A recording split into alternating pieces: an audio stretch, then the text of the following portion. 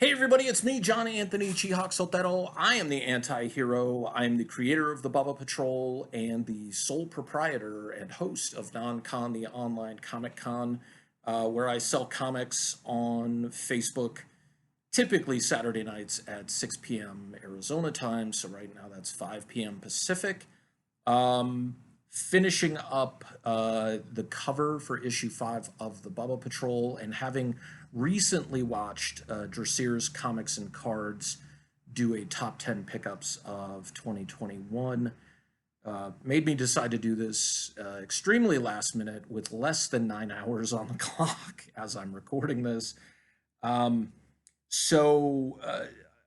picked my top 10 with 2 honorable mentions. Now, my top 10 it's not really in any specific order until you get to the last couple of books, and then my two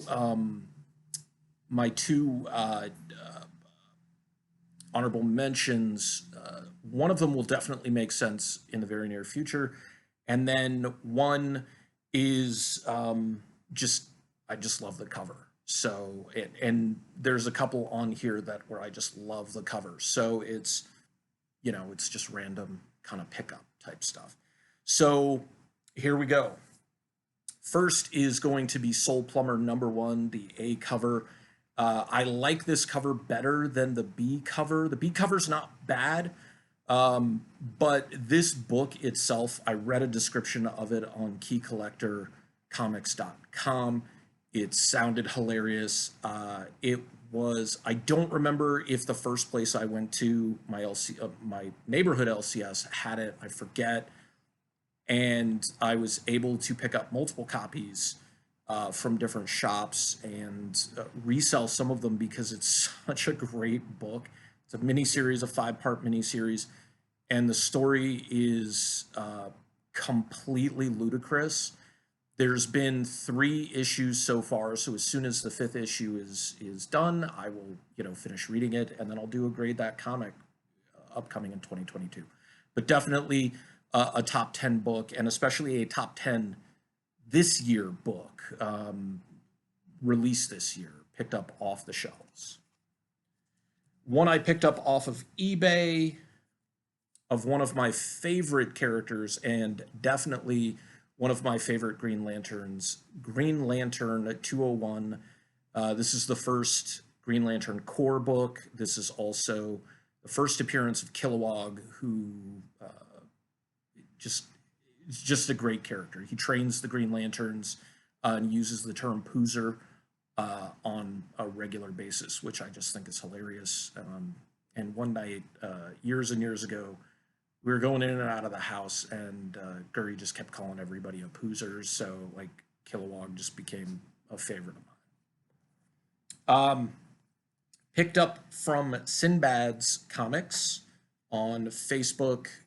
He was doing Zoom shows, but I believe he's doing WhatsApp now, and he also does some on Instagram, so check out Sinbad's.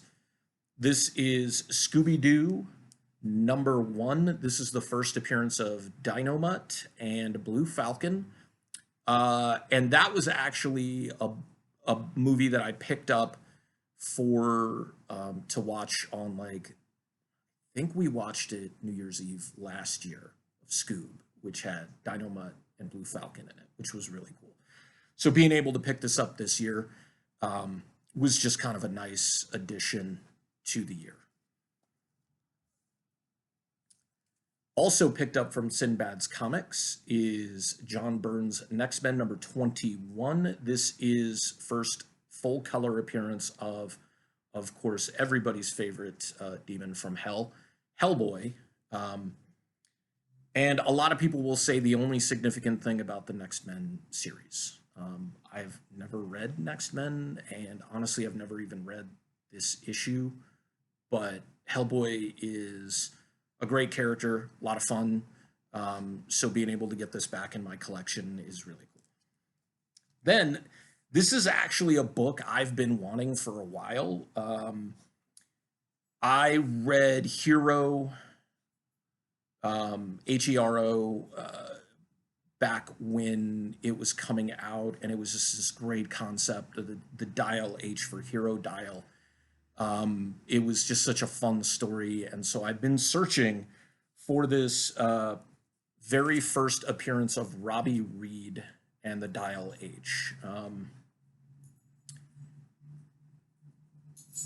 Just the concept alone is amazing in and of itself. Like each story has a different hero. He's never the same hero twice. And I've just loved the different stories that I've read of Dial H. It just anybody can become the hero kind of thing, but like nobody seems to pick up on the fact that like this, like heroes keep visiting this one city, but you know it's never the same hero. Like it's like one-time visitors, like guest stars or whatever. So it's kind of funny.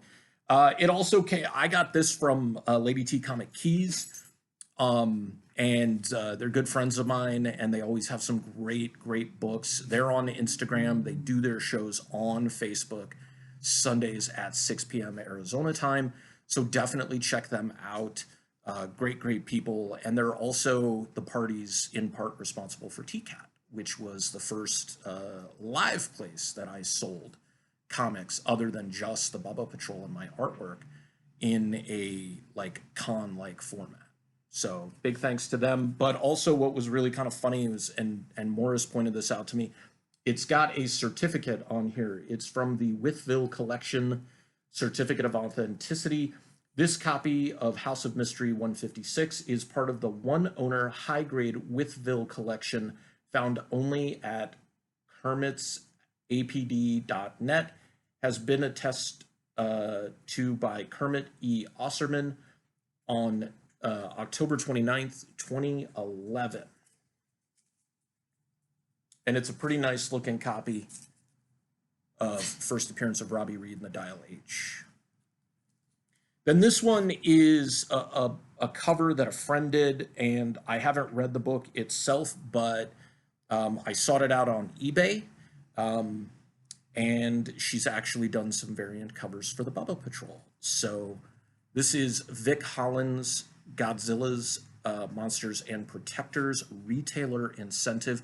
This was the 1 in 10 where your retailers had to order at least 10 copies in order to get one copy of this. The LCS down the street made sure to order enough so that they could get Vic one of these covers. And I'm just like super glad I was able to find my copy on eBay at a really good price. But doing it and being able to show my friend Vic that I got this, and I actually had it displayed on the stand behind me, but it was like leaned up in front of one of the slabs that I have, and she was like, "Oh my God, you got it slabbed already?" And I was just like, "Oh no, it's like separate." But I might actually just do that because I think that would be a really nice tribute to have a friend's artwork slabbed. It's just like a really cool thing. What do you want? You are not part of the top 10 this year. That's Chica being a little goober. All right, so this is another one that I love the cover artwork, and when I saw it, I was just like, I'd really like to own this, but I never thought it would be within my reach financially. So Tom's Comics, Tom Struck, who was previously the owner of Fantasy Comics and now does an online show on Mondays at 8 p.m. on Facebook from Tom's Comics, always has some great deals. Tom is also a sweetheart. He's a really good guy. And he's been selling comics for 40 years now, at least 40 years. So this is Planet Comics #1, very high grade, probably a near mint minus, maybe even a near mint.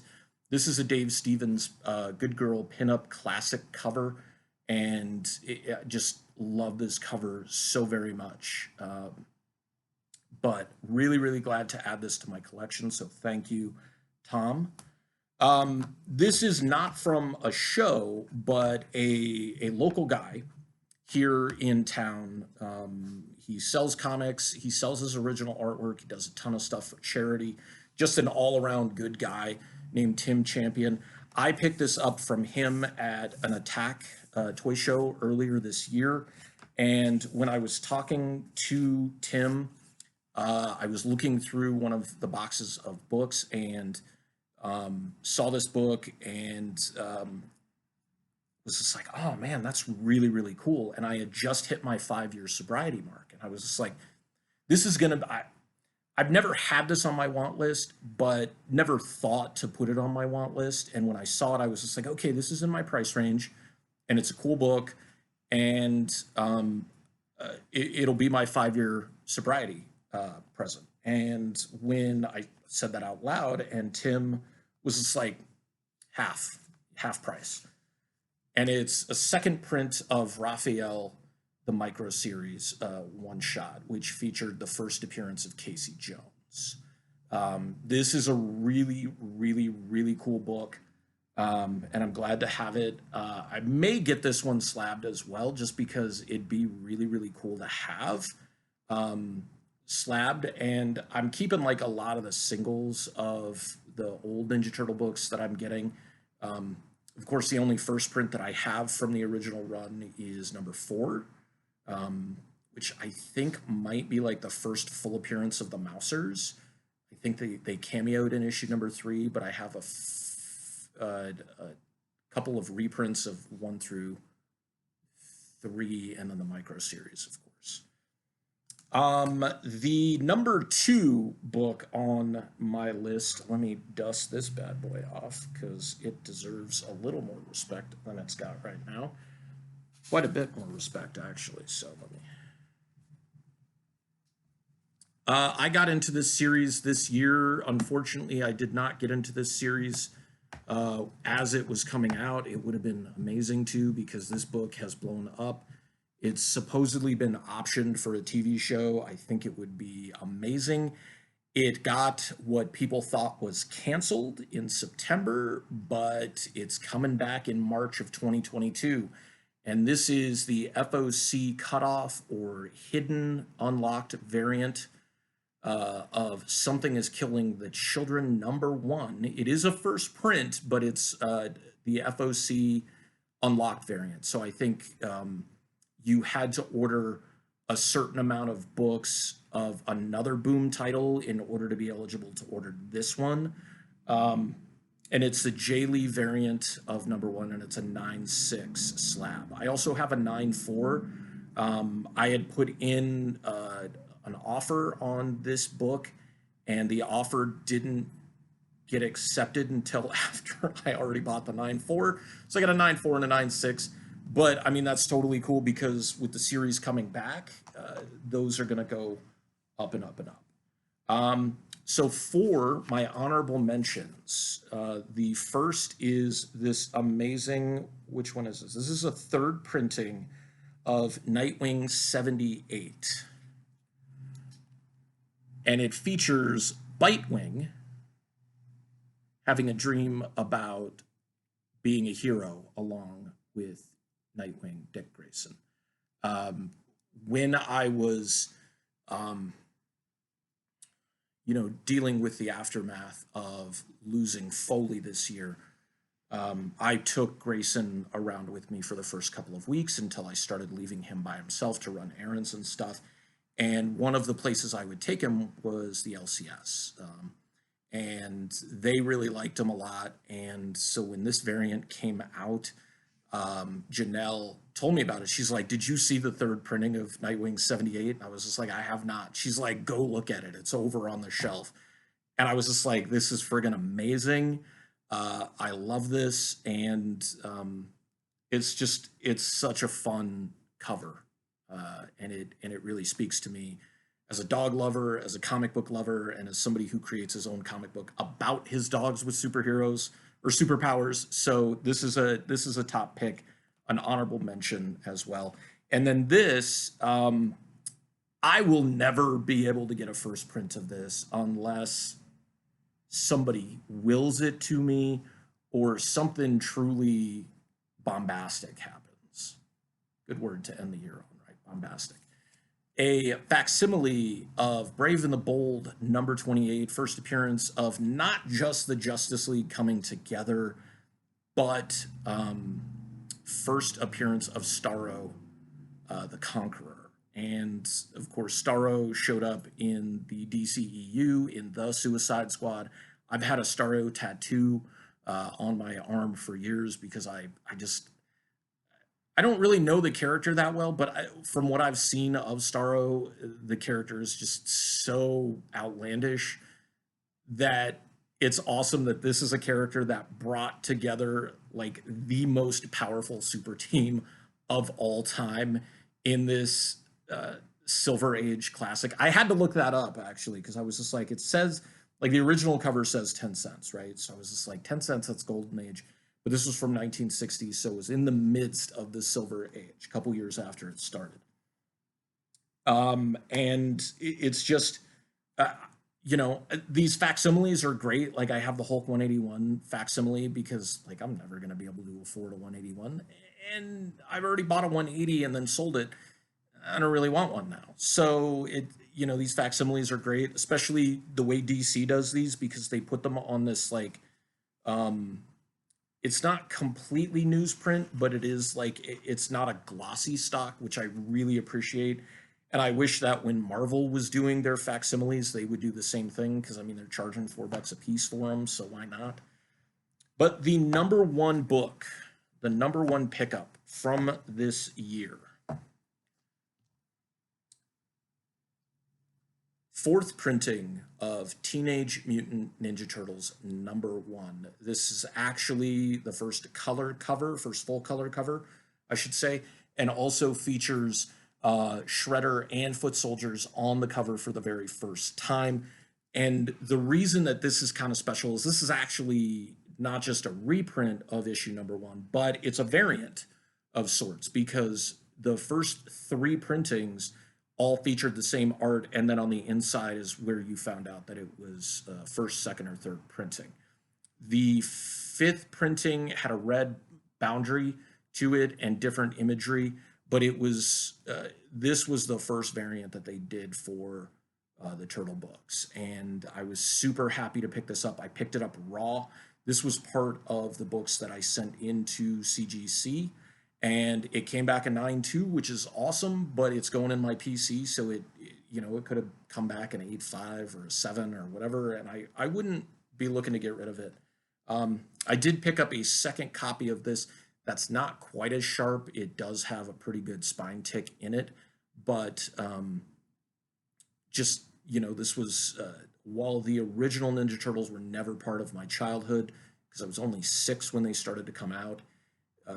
The nostalgia and everything and the success of non-con allowed me to pick up some of these really, really cool books, especially with the express purpose of potentially getting them into the hands of other collectors as well.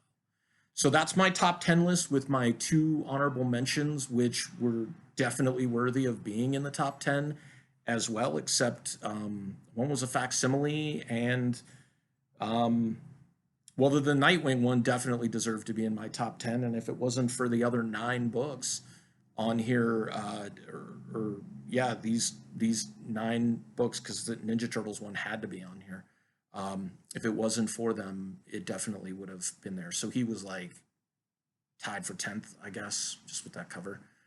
So happy hunting and collecting in 2022. Don't forget to look through dollar bins because I've found some really, really great pulls this year in dollar bins, including First Hope Summers, multiple copies. First time Kate Bishop is called Hawkeye.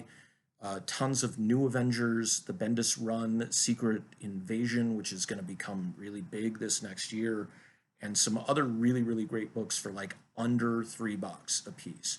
So just, look. You don't have to intentionally look for keys, but sometimes when you're just looking for fun books, or if you're a retailer and you're looking for stuff to resell, don't discount those dollar bins because those can sometimes turn out some great stuff.